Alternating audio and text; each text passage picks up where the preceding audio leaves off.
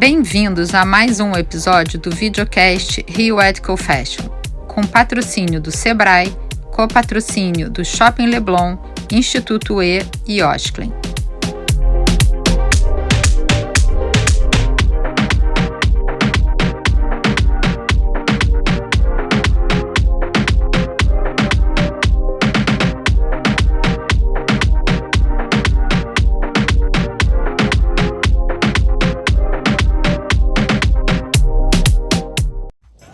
Ei, eu tô aqui pra falar com você que é empreendedor. Eu? Eu não sou empreendedor, não. É sim, isso aí que você tá fazendo agora é empreender. Vender pastel? Isso. Eu só me viro. E hoje você é dona do seu próprio negócio. Eu não sou dona de negócio nenhum, não. É sim, dona do seu próprio nariz, dona da banca. Seu trabalho é importante pra todos nós. E o Sebrae tá aqui pra fazer vocês irem mais longe. Então vocês podem me ajudar? Claro, a gente existe há 51 anos por sua causa. Conte com a gente. Sebrae. Oi pessoal, tudo bom? Lili Clark, cofundadora do Rio Ethical Fashion, e a gente está aqui nesse episódio para falar moda e impacto social. Eu tenho 3 convidadas que estão aqui com a gente para trazer esse lado da moda, assim, que a gente sabe que é um grande empregador do nosso mercado, é o segundo empregador em transformação, é o primeiro empregador em mão de obra feminina, e a gente sabe aí das desigualdades e os desafios que a gente tem, né? Uma mão de obra, um setor, uma cadeia que é informal, né? É um setor que, ao mesmo tempo que emprega muito, traz uma desigualdade gigante para o nosso setor. E hoje a gente está vendo muito falar dessa pauta e trazer relevância e luz para esse lugar, né? Então, a gente está sempre falando aí da Agenda 2030, é um norte que a gente está tendo aí. E a Agenda 2030 hoje, né, com seu movimento, a gente está falando do Elas Lideram, a erradicação da fome, a gente está falando de salário digno. Então assim, a gente está trazendo, né, sempre esse recorte dos ODS, né? Então a gente tem o ODS 1, que é a erradicação da pobreza, o 5, que é a igualdade de gênero, e o 10, que é a redução das desigualdades, gente. Vamos deixar assim. Hã? Troquei, o número vai, mas... Então, assim, eu estou com 3 convidados aqui, que é a Marina Bittencourt, do Projeto Fio, que tem um projeto que é um negócio social, uma marca de moda que é um negócio social. Diego Francisco, Head de Marketing da Farm, e a Carolina Ramos, que é cofundadora e designer da Impt, né? Então, são 3 marcas que a gente sabe que tem um protagonismo, né, nesse movimento social. E eu queria que a gente trouxesse aqui as experiências, os impactos, como isso afeta a marca de vocês e como é também esse guia da gente para frente, né? Então, assim, Carol, queria começar com você, que é a pessoa que eu menos conheço, que eu acabei de conhecer a marca e já estou apaixonada. E eu queria... Como que você criou a Impt, assim, aonde ela atua, qual é o impacto dela na sua comunidade? Ok, então, primeiramente, obrigada pelo convite, é uma honra estar aqui com vocês. E, então, a Impt, no início, hoje a Impt é uma marca de street fashion sustentável e um negócio social. Nasceu em 2015, a gente fala que a gente é de olaria para o mundo, então a gente... Tanto eu quanto o Vitor, né, o outro cofundador, somos do subúrbio do Rio. Então, nascidos, criados, estamos até hoje no subúrbio do Rio. Então, a gente traz isso na Impt desde a criação. E aí, contando assim um pouco da história da Impt, né, quando nasceu lá em 2015, 8 anos atrás, eu e Vitor na faculdade, enfim, Vitor, nenhum dos dois tem background de moda, nenhum dos dois tem background de empreendedorismo. E aí, o Vitor estudava gestão pública, eu estudando design de interiores. Na época a gente namorava, a gente tinha casado. E aí, o Vitor começou a se envolver com movimentos de negócio social. Ele falou, quero criar um negócio social. E aí, a moda, ela fala muito, né? Ela fala o que a gente veste, fala o que a gente, querendo ou não, ela tá falando alguma coisa. Então, por que não a gente usar a moda para a gente trazer alguma mensagem, enfim, sobre impacto social, já que a gente queria criar um negócio social.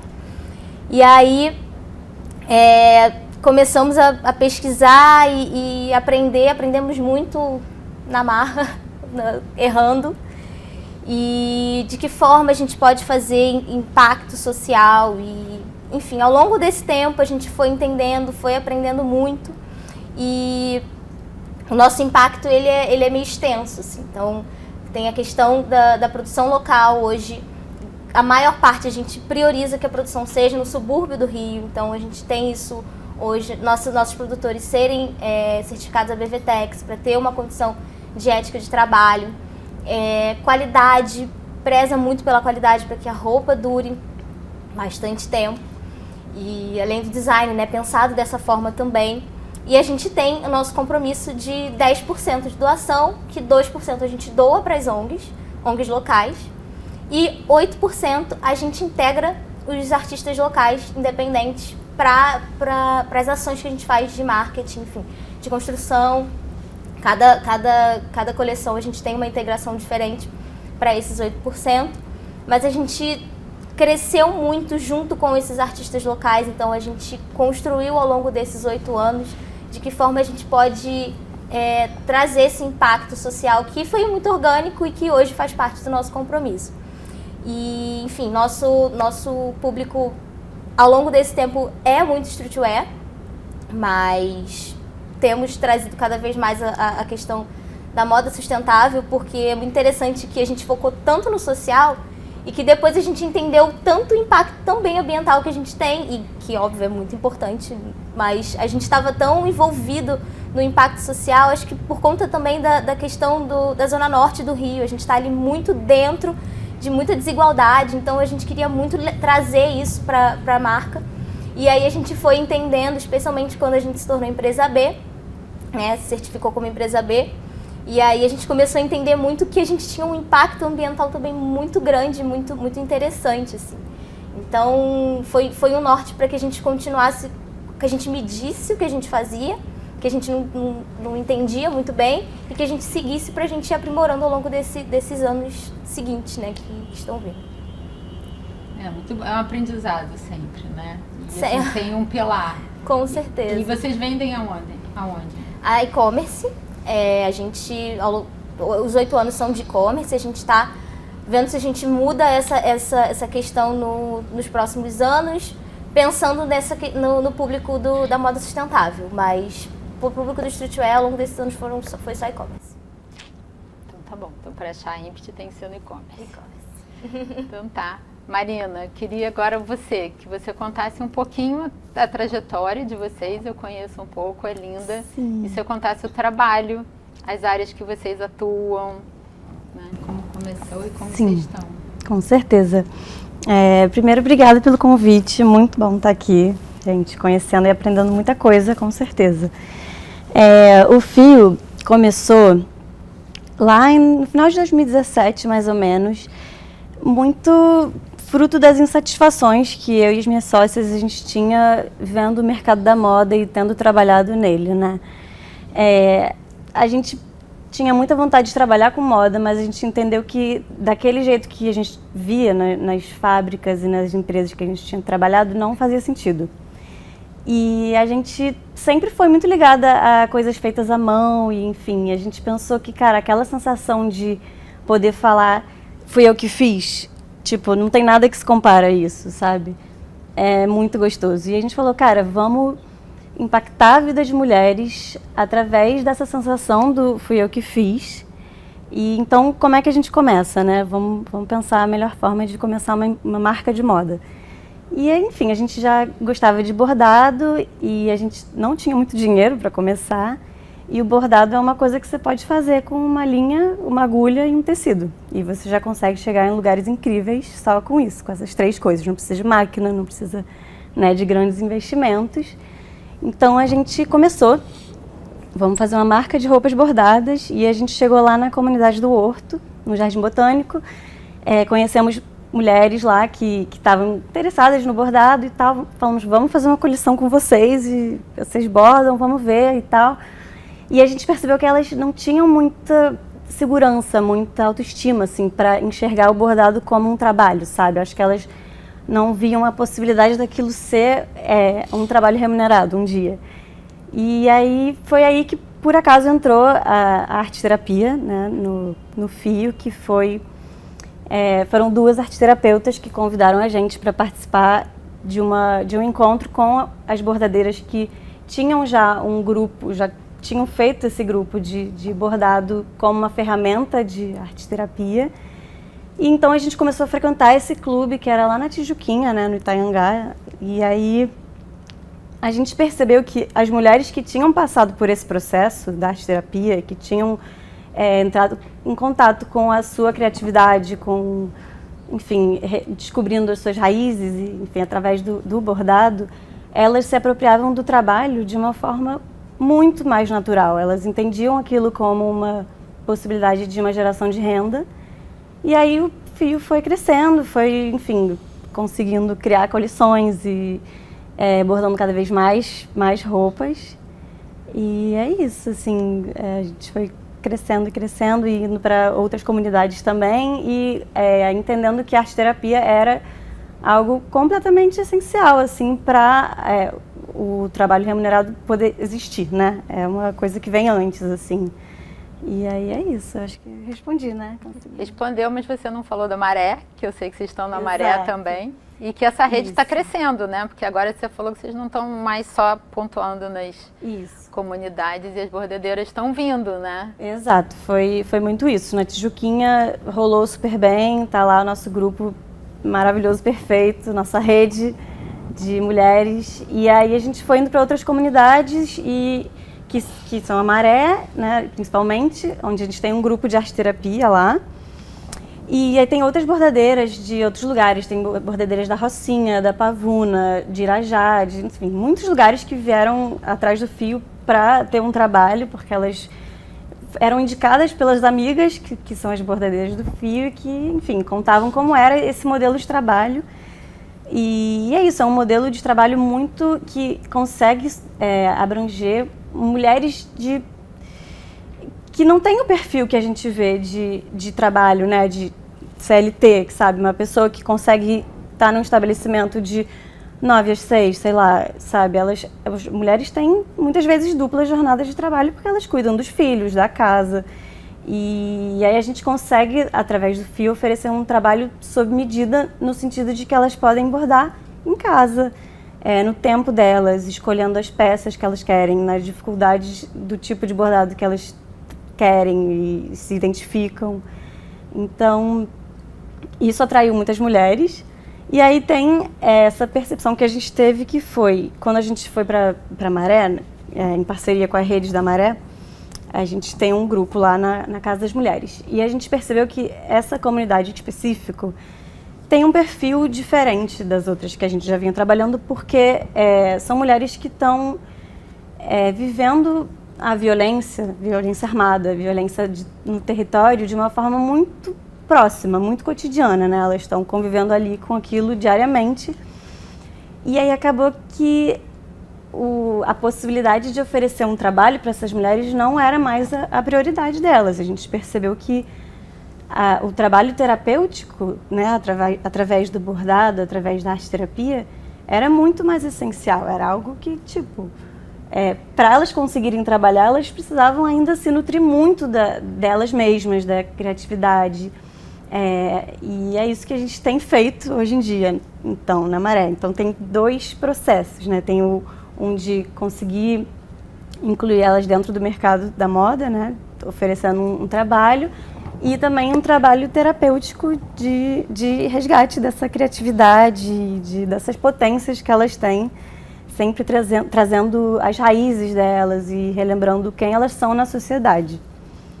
E então é isso, aí na Maré tá fluindo super bem, e o legal é que, assim, se com o passar do tempo elas quiserem se tornar bordadeiras do FIO, elas vão ser muito bem-vindas, mas elas não precisam ter pressa, e a gente vai acompanhando isso com o tempo, assim. Eu amei isso, assim, porque é um trabalho, né, assim, que você falou, né, de formação, de autoestima, e o mais lindo, assim, se elas quiserem depois, se acharem que podem, que estão aptas, que têm espaço, elas viram bordadeiras do Fio. Muito lindo, assim, é muito emocionante.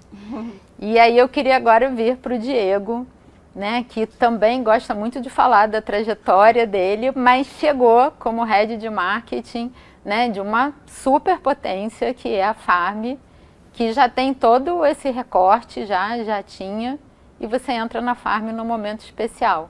Conta um pouquinho pra gente a sua chegada, você, sua trajetória. Pois é, recentemente eu completei 2 anos na Farm, né? Primeiro eu sou o Diego Francisco, obrigado pelo convite. Sou jornalista de formação, mas passei pela Faculdade de Marketing, Ciência Política, enfim, uma vida que combina com a moda, né? Combina com esse ambiente que é tão diverso, que é plural, né? É plural em trajetórias, mas algumas vezes ele não é diverso quando a gente olha para quem produz, para quem pensa a moda, para quem organiza todo esse processo. A gente está falando sempre de comportamento, né? Eu acho que a minha chegada na Farm foi num momento em que a Farm também precisou olhar muito para dentro e entender a sua configuração como empresa, como uma marca de moda brasileira, uma marca de moda que está há 25 anos no mercado brasileiro, que hoje vive um momento de expansão muito significativo e de ela precisar olhar para dentro e entender que para continuar construindo essa história, né, com toda a beleza que ela tem, que é expressa nas suas estampas, mas também no dia a dia de quem trabalha nela, ela precisava ter quadros diferentes, ela precisava conversar com mais pessoas ainda. E assim eu chego na Farm como primeiro head negro da Farm. É importante dizer isso, né? A Farm aceita e entende nesse momento que era possível ter numa marca de moda, majoritariamente conhecida como uma marca de moda feminina, um head de marketing negro, né? Um homem negro. E depois com a trajetória que eu tenho, né? Eu sou, naturalmente, nasci no Rio de Janeiro, no Morro do Borel. Enfim, morei 28 anos da minha vida lá e foi lá que eu construí minha consciência política, a minha vida, a minha história e os meus processos também profissionais, de participação coletivas, antes de trabalhar na moda. Eu tinha uma vida muito militante, né? Fui conselheiro nacional de juventude, passei por muitos lugares, mas também no mercado de comunicação. Eu trabalhei em revistas de arte, fiz comunicação política durante muitos anos, até chegar na Farm, né? E a chegada na Farm, ela é realmente um ponto de transformação também na minha história. Né? Eu gosto muito de dizer que quando eu cheguei na Farm, antes de conhecer a Farm, eu conheci as pessoas na Farm. Né? Eu cheguei num momento muito importante para a marca e isso fez muita diferença e faz diferença na forma que eu também atuo. Né? Porque além de trabalhar a comunicação dessa marca de moda, vivendo esse momento especial, a gente tem conduzido processos muito intensos, né, de novos relacionamentos, de novas conversas, olhando para as imagens que a gente produz, olhando para as ações que a gente incentiva de modo diferente. Né? Então, eu acho que a chegada de um ator diferente num jogo que parece que está ganhando, né? A gente sempre fala, né, em time que está ganhando não se mexe, mas eu costumo falar diferente. Eu acho que se mexe para trazer novos atores, novas atrizes, pessoas que vão fazer esse jogo ficar ainda mais emocionante. Então, a minha chegada é um pouco disso. Eu acho que somou bastante também, trouxe um outro viés aí para a Farm. Pois é. E acho que, assim, não sei, olho para você, acho que você é perfeito para a cadeira, assim, né? Eu me encontrei muito também nesse espaço, né? Eu acho que para além de ter o perfil ou não, né? Eu acho que teve um encontro que foi muito importante, muito profundo. Acho que é uma característica de quem acaba trabalhando na Farm, você precisa construir esse encontro profundo. Eu acho que aconteceu e vem acontecendo de forma muito significativa. E eu cheguei num momento também em que a Farm, que já vinha trilhando, né, toda uma trajetória do ponto de vista de se perceber como possível construir também uma trajetória sustentável na moda, né, com todos os desafios que isso traz para uma marca de moda, que tem os números que a Farm tem, né, anualmente, poder somar nessa agenda também uma agenda que é a de impacto social. Embora os nossos projetos, mesmo os ambientais, né, dentro desse pacote, dessa agenda de sustentabilidade, já produzissem impacto na vida de muitas pessoas, né, a forma como a gente construiu 1000 árvores por dia, todos os dias. Espera que eu vou te perguntar sobre isso, como a gente vai chegar lá. Pois é, então tá bom. Mas é isso, trabalho lindo, parabéns. Assim. Obrigado. Marina, vou voltar para você já adiantou um pouco o que eu ia te falar da arte-terapia, de como você chegou nas comunidades. E isso que a gente falou, né? A Carol fala, ela nasce como um projeto social, um negócio social, e você vem também buscar esse lado social. Como é que explica pra gente esse processo do projeto, o processo do projeto Fio no social, do negócio social, como você lida com a cadeia? Você me contou coisas muito bacanas assim da sua relação.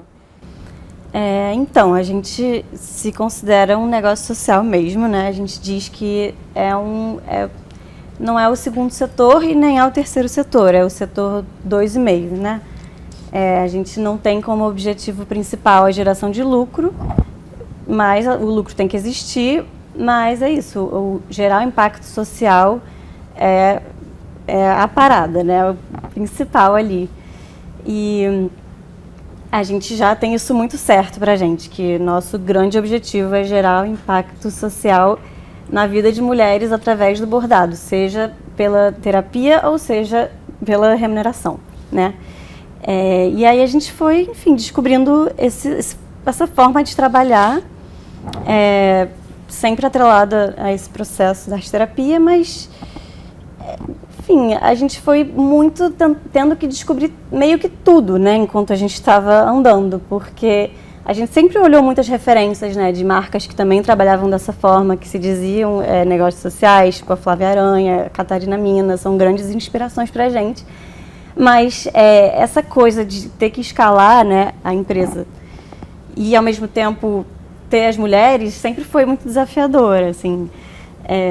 Então a gente foi vendo que era possível crescer a produção e adaptando o nosso estoque para que a gente pudesse ter, fazer com que as vendas pudessem fazer sentido, né?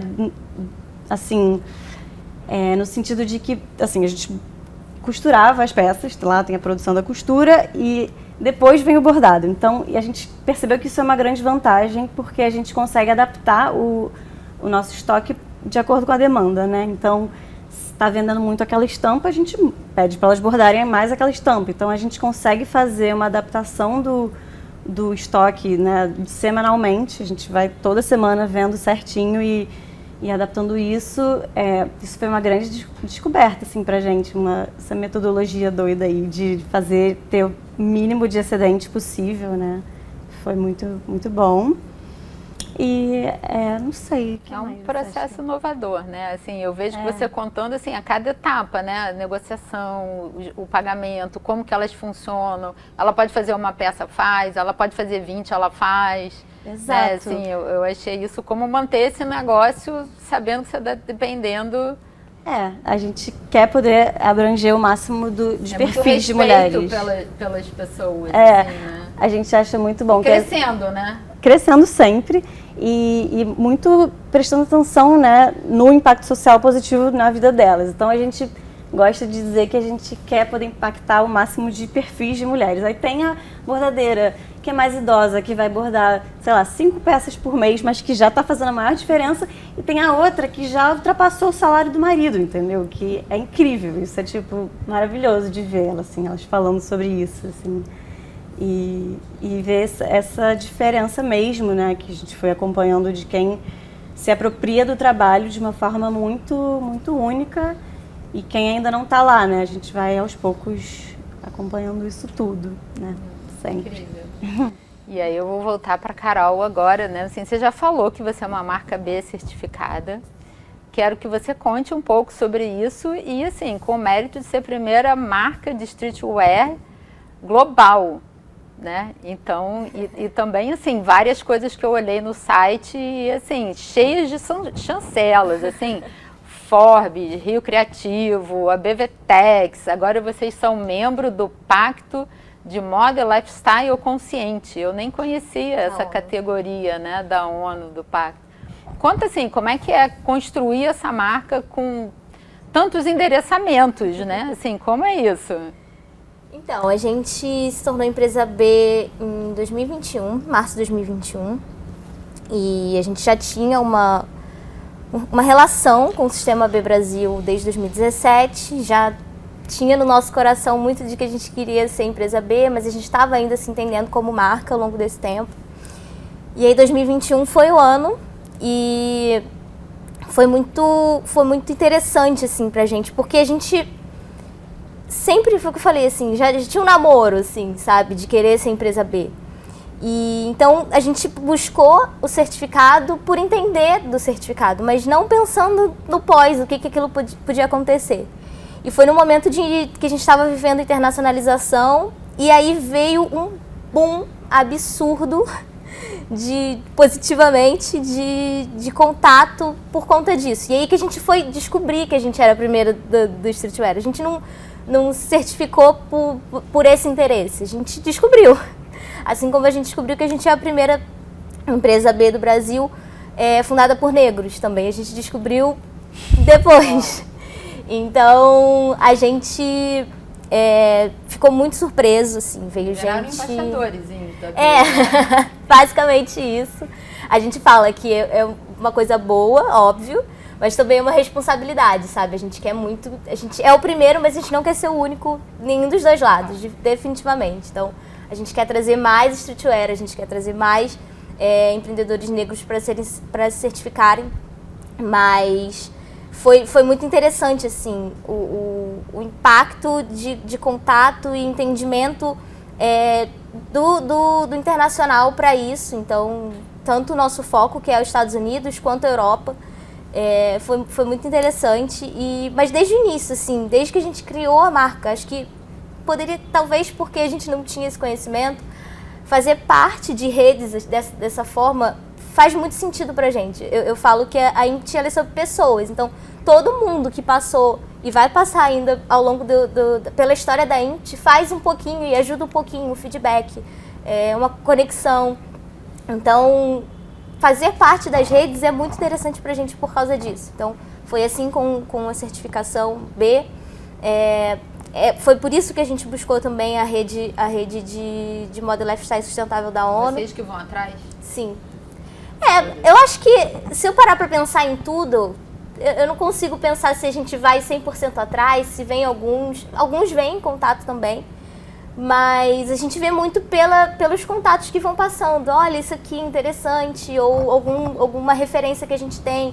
Da ONU veio por um contato, uma loja que a gente tem, uma proximidade lá de Nova York, que aí já fazia parte, então a gente foi entendendo mais. Então vai muito assim, a gente busca porque a gente entende a importância, mas eu acho que é muito orgânico, assim.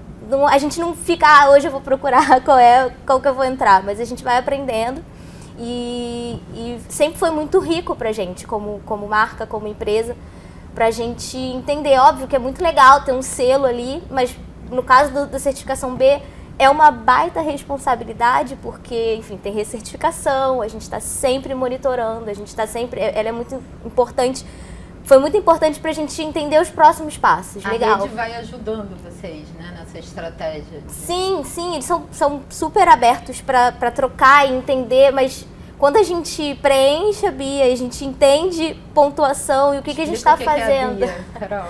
Ok, BIA Impact Assessment é um formulário digital que a gente preenche com... Eu não vou lembrar agora quais são os 4, eu acho. Os 4 pilares. 5. Mas que a gente vai mensurando o impacto da empresa de dentro para fora, basicamente. Então, a gente tem governança, trabalhadores... eu não vou lembrar. Consumidores e ambiente. Então, obrigada pela cola. Então, a gente vai mensurando o impacto que a gente tem da empresa. O que eu acho muito legal é que não é só o impacto do produto, enfim, por exemplo, trabalhadores, é a condição de trabalho que a gente tem, desde o início até o final com comunidade, né, enfim. Então, é muito importante a gente ver o que a gente faz e a gente seta o que vem para os próximos anos, para que daqui 3 anos, no nosso caso, ano que vem, a gente melhore a nossa pontuação, enfim, para recertificação. Então, essas redes são muito legais por isso, assim, a troca, a gente aprende muito com a troca, assim, a gente não tem posição melhor, se eu sei um pouco mais, eu quero trocar, eu ajudo desse jeito, você também com informação, então acho que a rede ela é muito importante para isso, a gente, até como profissionais, a gente entra nessas redes, né, enfim, você falou da Forbes, a gente era Forbes The Culture antes, agora Forbes Black, a ONU, não vou lembrar de todos agora, também são muitos, por acaso são muitos. Não sou só eu. Não, mas é isso, assim, é muito bom para troca, a gente aprender o networking, a gente expandir. Então, por isso que a gente gosta de estar muito envolvido com isso, porque já nasceu muita coisa por conta disso, já nasceram colaborações, ideias, próximos passos e também para nós e para os outros, né? Então, isso pra gente é maravilhoso. Um exemplo, é para vir muito, virão muitos atrás de vocês. Demais. E aí eu vou vir pro Diego. E assim, eu vejo, há 2 anos a Farm começou, saiu um pouquinho desse lugar do ambiental e veio para o social. Vocês têm o Refarm Cria, vocês acabaram de ganhar um prêmio. E eu queria que você contasse um pouquinho esse lado, que eu acho que deve ter sido, né, impulsionado pela sua entrada, já deve ser uma estratégia aí de vocês. Sim. Ao longo dos 25 anos, a Farm se relacionou com muita gente, com muitas comunidades, com muitas pessoas, artistas locais, artesãos, enfim, né? E sempre de forma muito conectada, por exemplo, à criação das coleções, ou quando a gente precisava fazer, sei lá, uma campanha em algum lugar, né, uma cidade, uma comunidade, um local específico. E isso sempre foi feito de forma muito esporádica, separada, né? Sem você conseguir olhar isso dentro de um universo de produção de impacto, né? E de construção desse impacto. Quando eu chego em 2021, a gente tem também o desafio de metas muito claras, com prazo para serem cumpridas, de diversidade e inclusão. Dentro dessas metas, uma delas tinha a ver com a produção de investimento, na cidade em que a Farm estava sediada, né, que foi inclusive uma das sugestões e pedidos dos próprios funcionários que participaram de um longo processo de escuta. E eles diziam muito, né, que a Farm ela tinha uma contribuição muito grande como marca, mas ela ainda podia fazer mais se ela apoiasse o seu entorno. E a gente entendia que o entorno da Farm, uma marca que fala do Brasil, que fala de brasilidade, era o Rio de Janeiro, sem dúvida alguma, mas era também o Brasil inteiro. E aí o desafio fica muito maior, né? E a gente vai pensar formas de organizar esse processo. Não dava mais para ser, eu conheço um projeto, acho que dá para apoiar. Alguém chegou aqui, pediu um apoio para um projeto, é assim que a gente vai fazer. A gente já fazia via Rede Astra, né, um apoio a mulheres empreendedoras, com a reutilização dos tecidos. A gente já tinha alguns projetos, né, dentro do 1000 Árvores por Dia, que quando eu cheguei já existia, né? Todos os dias nós plantamos 1000 árvores no Brasil inteiro, em todos os biomas. E isso é feito com organizações e com comunidades. Então a gente planta também dentro do modelo agroecológico. Tem um impacto direto na vida das pessoas, né? Mas a gente sabia que a gente precisava ir um pouquinho mais agressivo nessa história, né? E é aí que nasce o Refarm Cria, que é um desses projetos. Em 2021 a gente começa a desenhar, que era a forma que a gente encontrou naquele momento, era destinar uma quantidade de recursos para projetos que fossem apresentados para uma banca. Enfim, a gente criou todo um processo de seleção de projetos. Foi bastante complexo, era a primeira vez que uma marca dentro do grupo fazia um processo como esse. A gente precisou, né? A gente ficou quase 8 meses estabelecendo processos jurídicos, como deveria ser, como poderia, ia e voltava. Mas em 2022 a gente conseguiu lançar. Foram editais públicos? Foram chamadas públicas que a gente faz em parceria com o Instituto Precisa Ser, que é uma organização aqui do Rio de Janeiro. E a gente tem o apoio, né, e a parceria do Prozas, que é um dos maiores portais hoje de chamadas e projetos e editais. Então, a gente também foi conectando com parceiros que fariam com que essa chamada chegasse nas pessoas que a gente queria que chegassem, né? Que eram novas conexões para a Farm, que eram pessoas que estavam fora do círculo normal e natural que acaba se conectando geralmente, né?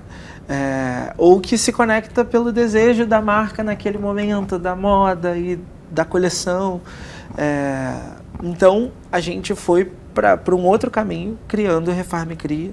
Na primeira edição, a gente destinou R$800 mil e a gente apoiou 81 projetos, né? Desses, 51 eram no Rio de Janeiro e 30 espalhados pelos estados do Brasil. E eles são sobre moda? Na primeira edição, a gente tinha 4 eixos, que era criatividade, educação, equidade e moda. Então, a gente teve projetos muito diversos na primeira edição. Muitos projetos liderados por pessoas trans, pessoas indígenas. Uma das prioridades da chamada era projetos liderados por pessoas, e principalmente por mulheres negras. Então, a gente teve muitos projetos liderados por mulheres negras na primeira edição. E projetos muito diversos, né? Desde criação de cápsulas de coleção a dias importantes, né? A gente projetos de educação, formação, cursos. A gente tinha na primeira edição uma categoria que era de projetos individuais, ou seja, você podia apresentar ali uma parte de um projeto seu de vida, em que aquele apoio seria importante. Então, a gente também premiou iniciativas individuais. E a gente acabou de divulgar os selecionados da segunda edição, né? A primeira edição foi premiada no Prêmio Faz a Diferença, do Globo e da Firjan, dentro da categoria Desenvolvimento do Rio, exatamente pelo impacto das 51 ações distribuídas na cidade do Rio de Janeiro, sobretudo nas favelas da cidade do Rio de Janeiro e na Zona Norte. E a segunda edição, que a gente acabou de divulgar os selecionados, foram 20 selecionados, aí sim, uma edição especial só para projetos na área da moda. E aí dentro da moda, desde projetos de criatividade em moda, de formação em moda e de desenvolvimento sustentável na moda. Então tem muito projeto legal que acabou de ser selecionado, que a gente está muito ansioso para ver o desenvolvimento deles. Tem desde desenvolvimento de matéria-prima até formações, tem tudo. Tem foto, campanha, projeto, coleção inteira, loja, enfim, tem muita coisa muito legal. E a gente acabou de selecionar e divulgar esses selecionados na semana passada. Então, de um projeto muito especial que continua, né? Não, que continue, né? E o prêmio foi, então, do primeiro chamado. Isso, a gente recebeu o prêmio pela primeira chamada. E hoje a gente, além do Refarm Cria, a gente também vem ampliando esse processo. A gente vem desenvolvendo um processo novo, de uma nova arquitetura para a Farm. E dentro de um dos projetos da nova arquitetura, a gente tem o que a gente vem chamando de Ocupa Farm, em que a gente traz não só para o desenvolvimento, por exemplo, dos tijolos, da parede, enfim, e de vários outros processos, a gente vem trazendo também para o VM, né, vários produtos e materiais desenvolvidos por comunidades de artesãos no Brasil inteiro, a Ilha do Ferro, que a gente já tinha e que a gente vai aprimorando. Em Várzea Queimada, a gente tem um trabalho com uma palha, a gente está trazendo as burdunas, que são produzidas junto com uma comunidade de Caiapós. Isso veio do ano passado, do projeto do ano passado, ou é a própria equipe Farm que está mapeando? Não, isso está vindo dentro do projeto de arquitetura mesmo. Porque é isso que eu... tá. Então não é do chamado. É um projeto estratégico de vocês. E aí é um outro trabalho com comunidades, feito com profundidade, que a gente vem também estabelecendo ali um pouco da linha de como a gente vai atuar, né, à medida que também essa nova arquitetura escale.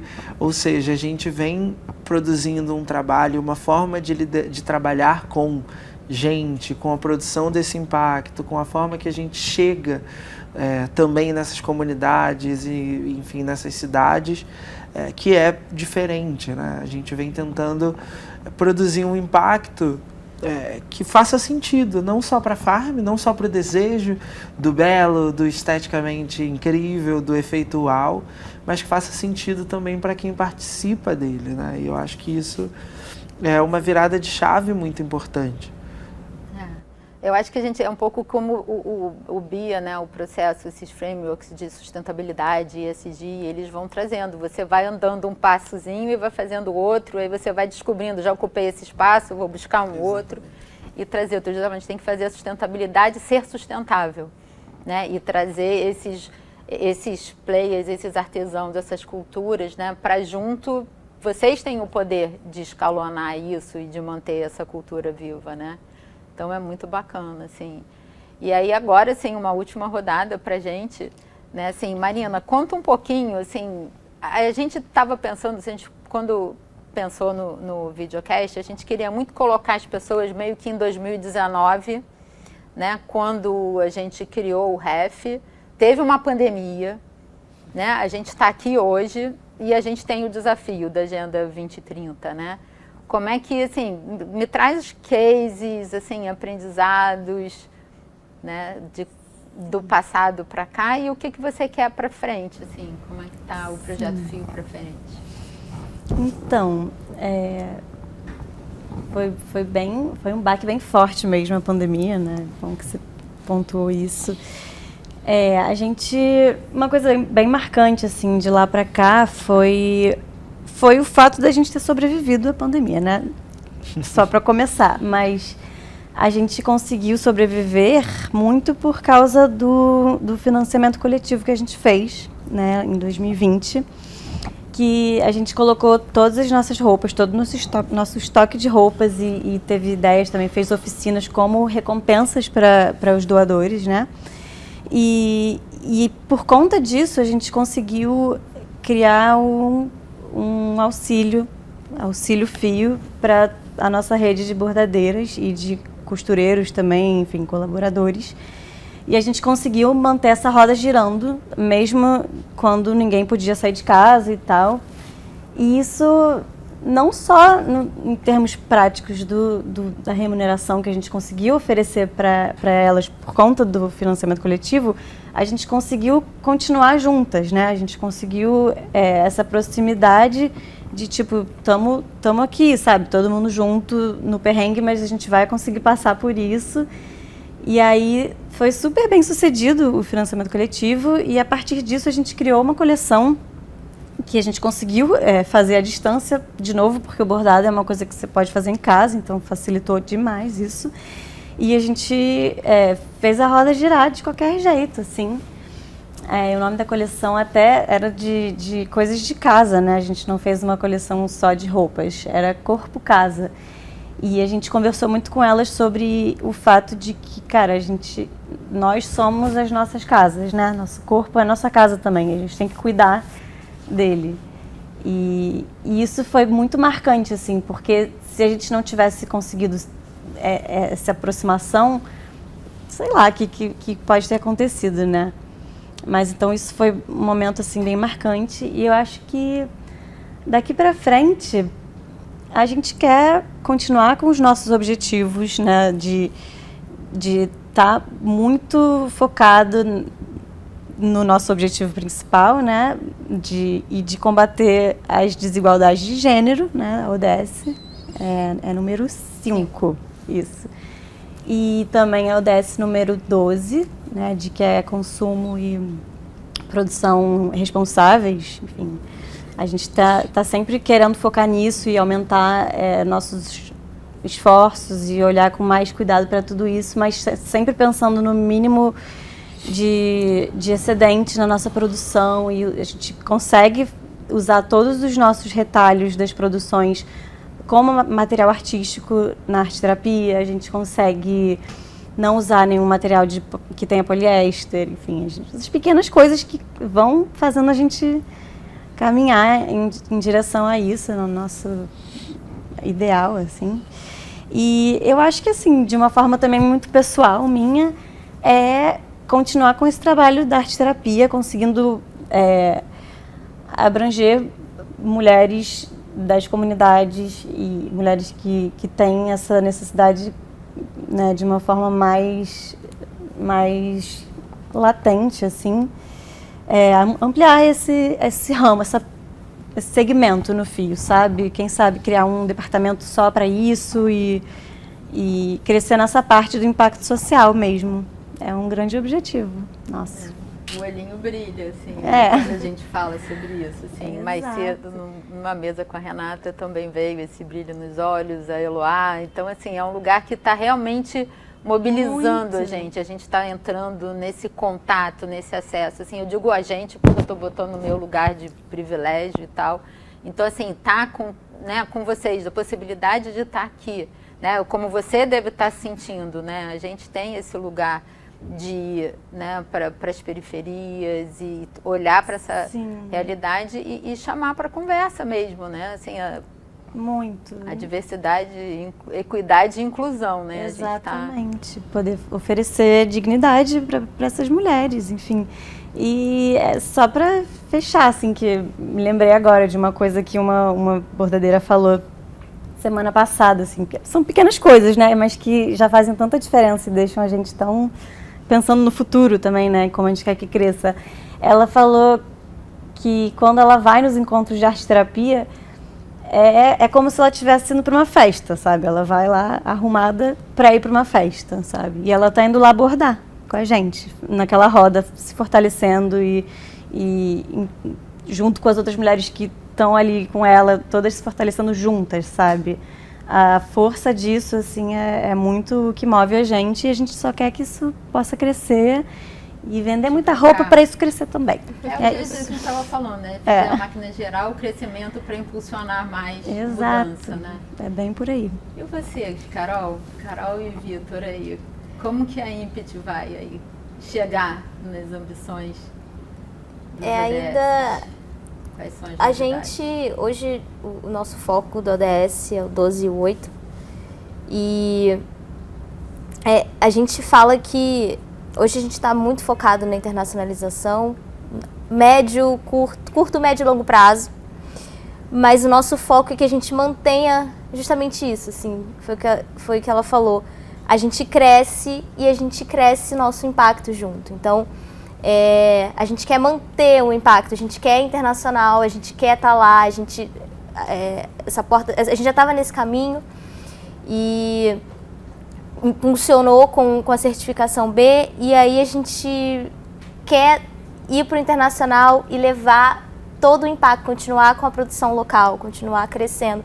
Legal, a gente vai aumentar então a nossa produção, mesmo que vá lá para fora, a gente continua produzindo localmente, a gente continua produzindo no subúrbio, a gente continua com a doação para as ONGs, a gente continua com o impacto junto dos artistas locais. E é tão legal isso também, porque a gente, o que a gente já fez até agora, né? Tanto impacto a nível nacional e internacional que a gente está começando.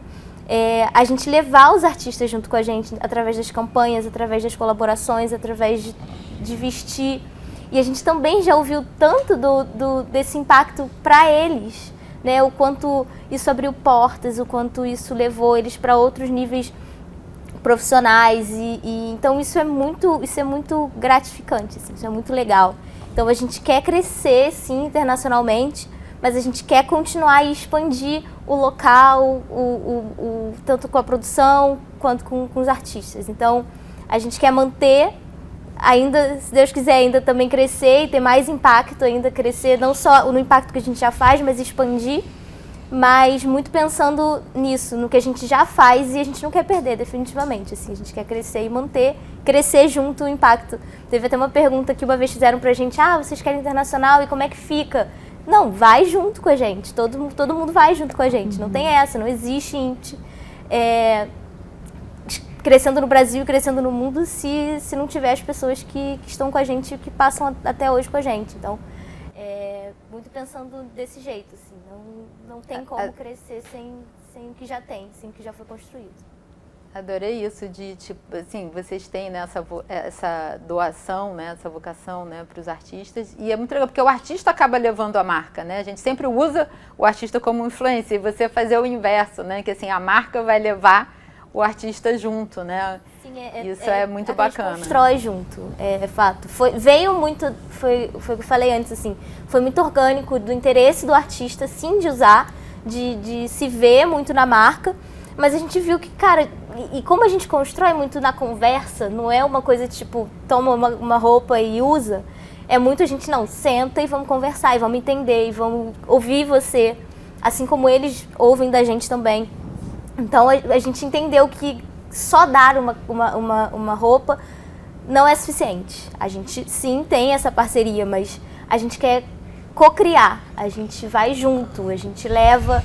Eles levam a gente leva eles. Então, é bem assim, dessa forma que a gente pensa. E foi construído desse jeito. A relação ganha-ganha é muito boa. E, Diego, agora pra gente terminar, assim, né? Assim, a gente já falou, até te falei assim, segura aí que a gente vai falar do ambiental, né? Assim, nesse primeiro minuto, a gente viu a Farm, né? Trazendo diversidade, né, diversidade de corpos, de raça, né, de gênero. E agora no social, né, se ampliando.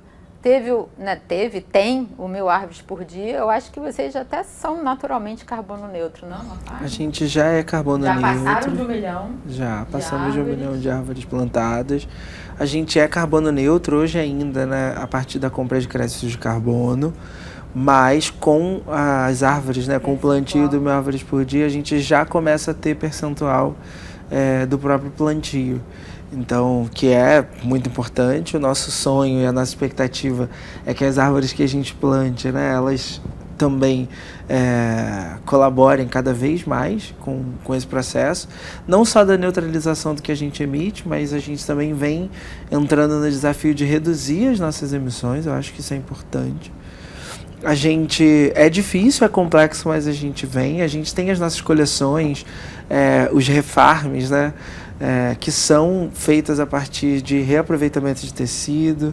Então a gente tem o Refarm Jeans e o Refarm Lab.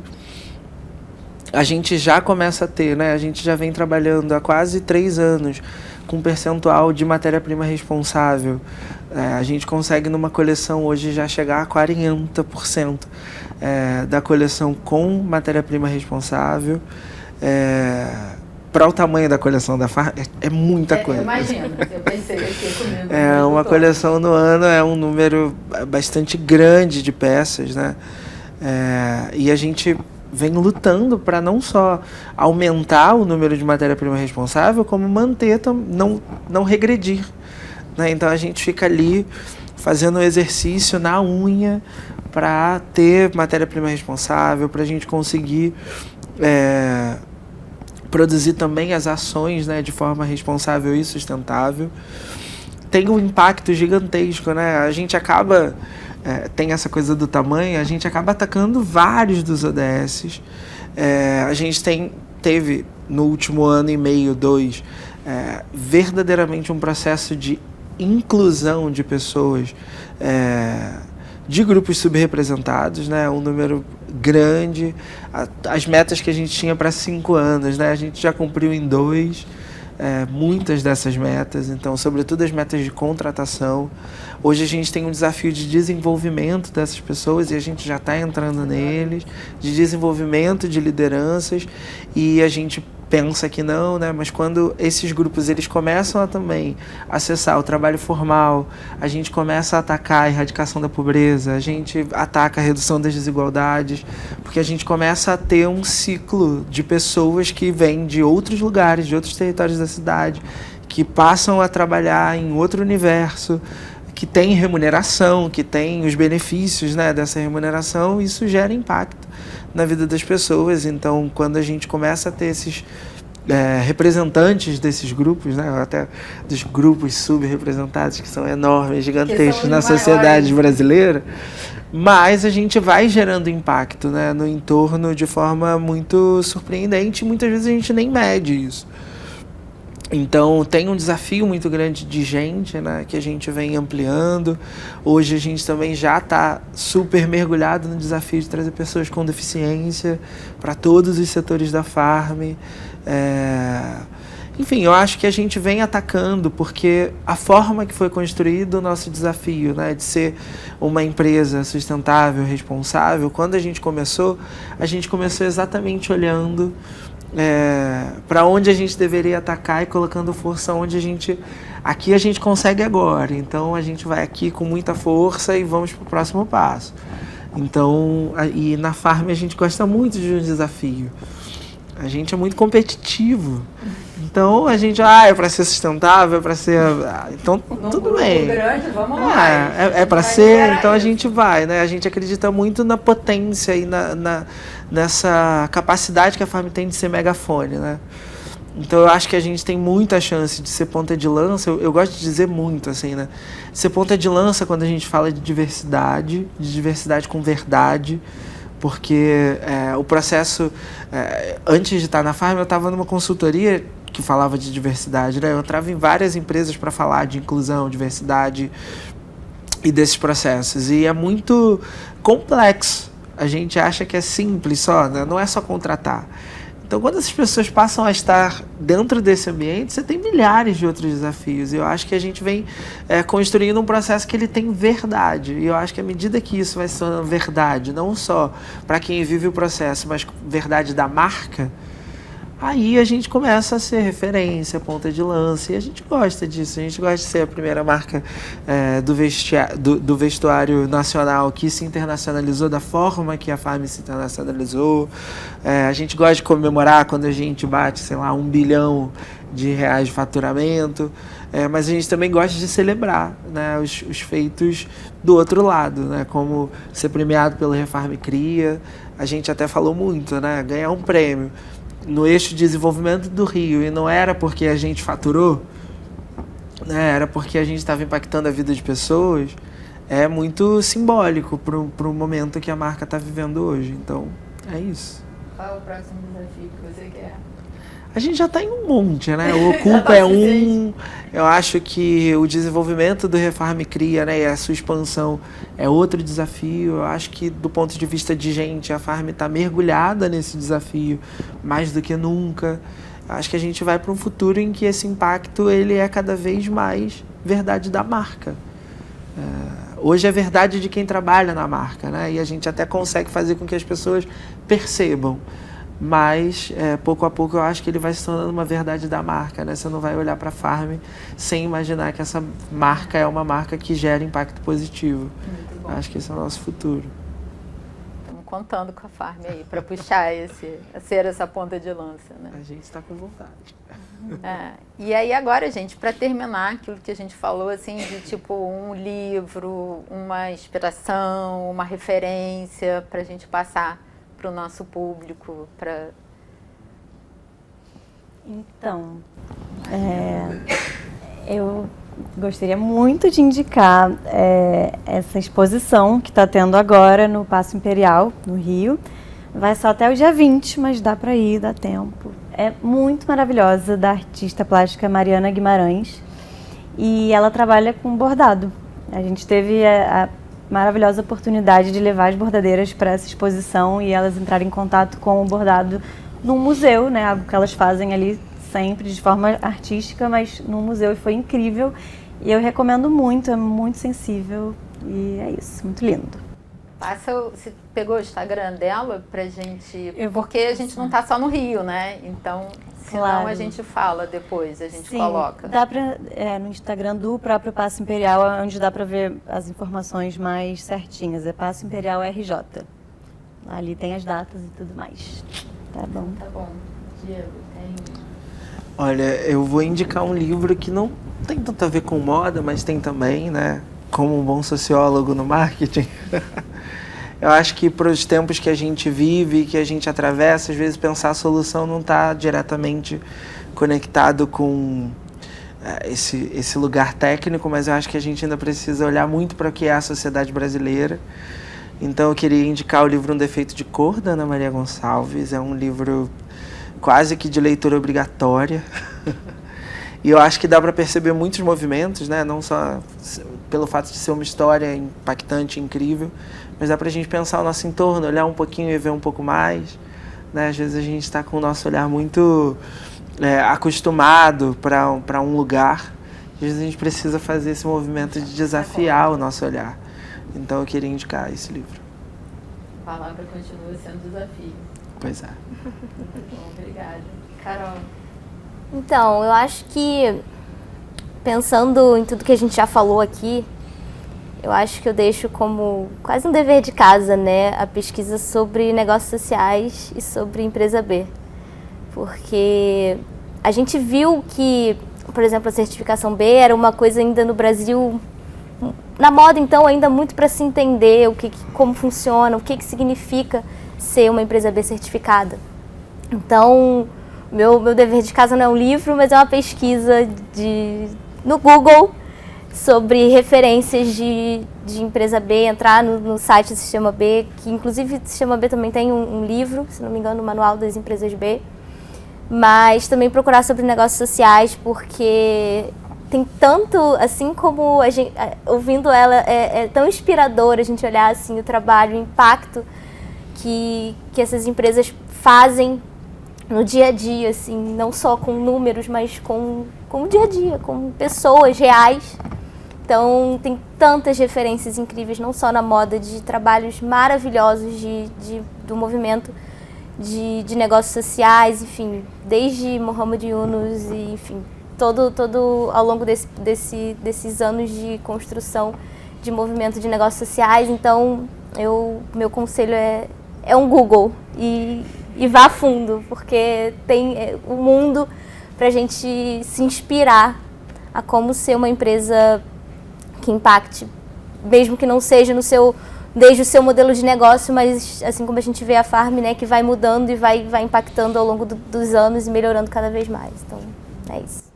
Gente, muito obrigada. Assim, eu acho que com 35 anos de moda, assim, a gente chegar nesse lugar que a gente sabe o impacto da moda nas pessoas, no planeta e tal, e tá podendo trazer isso para, né, para a superfície, para a luz, né? Então, e tá usando a moda realmente como esse agente de transformação, né? Então, quero agradecer muito o papo com vocês. Eu adoro, podia ficar aqui conversando horas. É um tema que eu adoro, sem seguir cartilha, mas então fico muito, muito agradecida a vocês pelo Rio Ethical Fashion. Muito obrigada pela presença. Obrigada. Obrigada a vocês. Obrigada.